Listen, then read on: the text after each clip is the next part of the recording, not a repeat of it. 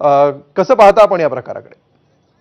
नाही, मुळातच तरतूद ही केव्हाच व्हायला पाहिजे होती हो. की जर कुठल्याही प्रकारचा ट्रॅफिक जाम झाला, फक्त मुंबई पुणे एक्सप्रेसवे नाही कुठेही, तर तातडीने टोल थांबवलाच गेला पाहिजे.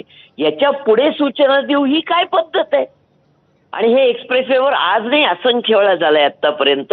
लोकांना 2-2, 2.5 तास थांबावं लागलेलं आहे आणि कधीच टोल थांबवला गेलेला नाही. एवढं काय कौतुक आहे ते टोलवाल्या कॉन्ट्रॅक्टरचं मला काही कळत नाहीये. हे थांबायलाच पाहिजे आहे. दुसरी गोष्ट, मिसिंग लिंकचं प्रोजेक्ट आज गेली 5 वर्ष गप्पा मारतायत नुसत्या. 2 महिन्यात सुरू होईल, 6 महिन्यात सुरू होईल, अजूनही तो सुरू झालेला नाही आणि एक्झॅक्ट कधी सुरू होईल हे कोणाला कळत नाही.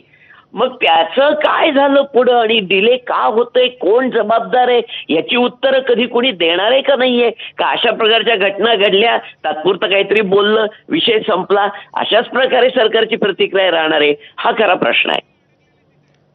खरंय विवेकजी, आणि ही तर अभूतपूर्व कोंडी आहे. म्हणजे आता 22 तास होत आलेले जवळजवळ ही कोंडी, अजूनही अनेक नागरिक रात्रभर अडकून पडलेले आहेत.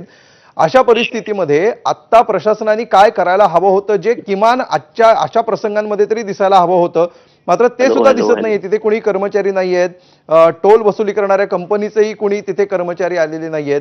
तर एक प्रकारे वाऱ्यावर सोडलेलं दिसतंय सगळ्यांना. हो, अगदी ॲब्सोल्युटली. मुळात त्या रस्त्यालाच वाऱ्यावर सोडलंय सरकारने. टोलवाल्याकडे देऊन टाकला, आपला संबंध संपला. टोलवाला म्हणतो टोल गोळा केला, माझाही संबंध संपला.